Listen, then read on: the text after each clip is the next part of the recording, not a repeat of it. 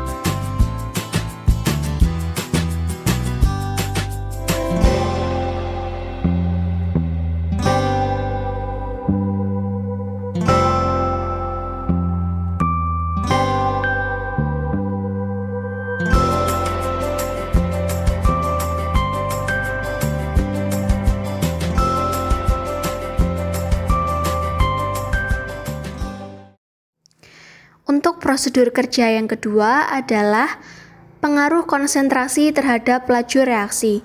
Yang pertama, kita mengambil 1 butir cangkang telur, kemudian memecah menjadi 3 bagian yang sekiranya sama. Kemudian memecahkan cangkang telur menjadi serpihan-serpihan. Memberi tanda pada botol gelas dengan menuliskan angka 1, 2, dan 3. Setelah itu, memasukkan 2 sendok asam cuka ke dalam botol gelas 1, 4 sendok asam cuka ke dalam botol gelas 2, dan 8 sendok asam cuka ke dalam botol gelas 3. Kemudian menambahkan air secukupnya hingga setengah botol air dan mengusahakan tinggi air dalam 3 botol gelas setara. Kemudian memasukkan serpihan cangkang telur ke dalam 3 botol gelas secara bersamaan selama 5 menit. Kemudian kita mengamati dan mencatat hasil yang diperoleh dari kedua botol gelas tersebut.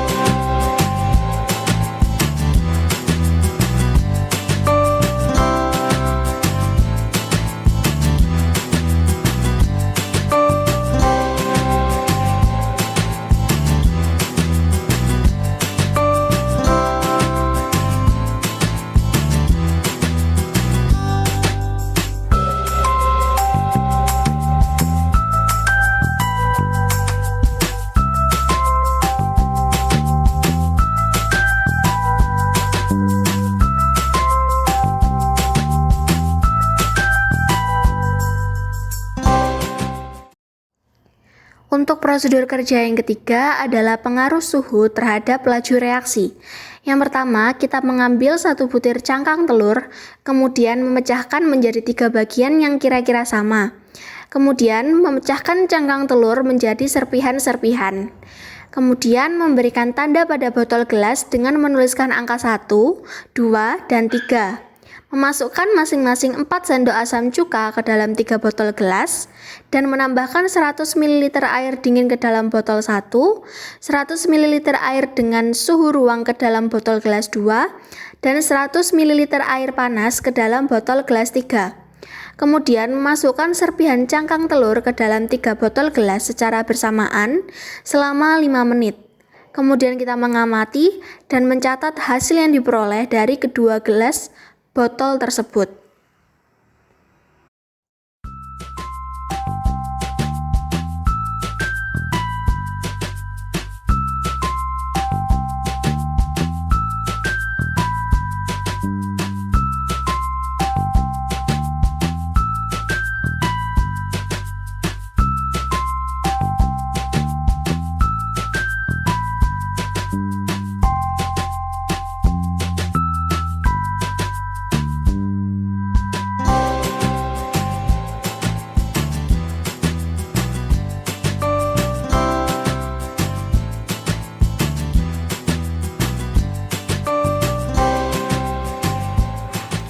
Baik, setelah melakukan praktikum, maka saya mendapatkan hasil pengamatan yang sudah saya masukkan ke dalam tabel hasil pengamatan. Yang pertama adalah tabel pengaruh luas permukaan terhadap laju reaksi. Yang pertama adalah ukuran cangkang, yaitu serbuk, waktunya 5 menit, laju reaksinya adalah tinggi. Yang kedua, ukuran cangkang serpihan, waktu 5 menit, laju reaksinya adalah rendah. Lalu tabel yang kedua adalah pengaruh konsentrasi terhadap laju reaksi. Yang pertama, volume asam cuka sebanyak 2 sendok, waktunya 5 menit, laju reaksinya adalah rendah. Yang kedua, volume asam cuka sebanyak 4 sendok, waktu 5 menit, laju reaksinya adalah sedang. Yang ketiga, volume asam cuka sebanyak 8 sendok dengan waktu 5 menit, laju reaksinya adalah tinggi. Dan tabel pengamatan yang ketiga adalah pengaruh suhu terhadap laju reaksi. Yang pertama, suhu air dingin, waktunya 5 menit, laju reaksinya adalah rendah. Dan yang kedua, suhu air biasa, waktunya 5 menit, laju reaksinya adalah sedang. Dan yang ketiga, suhu air panas, waktunya 5 menit, laju reaksinya adalah tinggi. Untuk pembahasan praktikum ini adalah yang pertama, laju reaksi itu adalah studi tentang kecepatan atau laju reaksi kimia. Salah satu tujuan utama mempelajari kinetika kimia itu adalah untuk mempelajari faktor-faktor yang mempengaruhi laju reaksi kimia. Laju reaksi kimia sendiri merupakan perubahan konsentrasi zat tiap satuan waktunya. Sedangkan faktor yang mempengaruhi laju reaksi itu yang pertama adalah ada konsentrasi, yang kedua ada temperatur, yang ketiga luas permukaan, dan yang keempat adalah pengaruh zat lain atau katalis. Yang pertama yaitu konsentrasi. Zat yang konsentrasinya besar mengandung jumlah partikel yang lebih banyak, sehingga partikel-partikelnya tersusun lebih rapat dibanding zat yang konsentrasinya rendah. Partikel yang susunannya lebih rapat itu akan lebih sering bertumbukan dibanding dengan partikel yang susunannya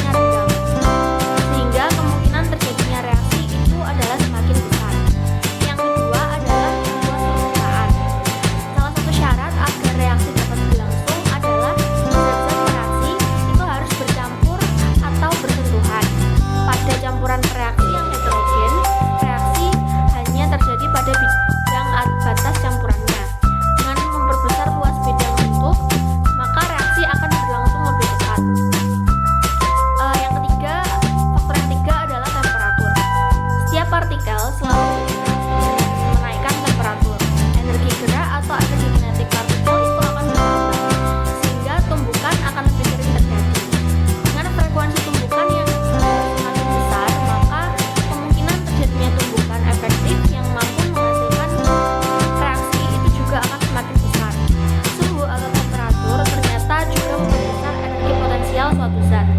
Zat-zat yang energi potensialnya kecil, jika bertumbukan, itu akan sukar menghasilkan tumbukan yang efektif. Hal ini terjadi karena zat-zat tersebut itu tidak mampu melampaui energi aktivasi. Dengan demikian, maka dengan menaikkan suhu, hal ini itu akan membesar energi potensial, sehingga ketika bertumbukan akan menghasilkan reaksi. Yang keempat itu adalah pengaruh zat lain atau katalis.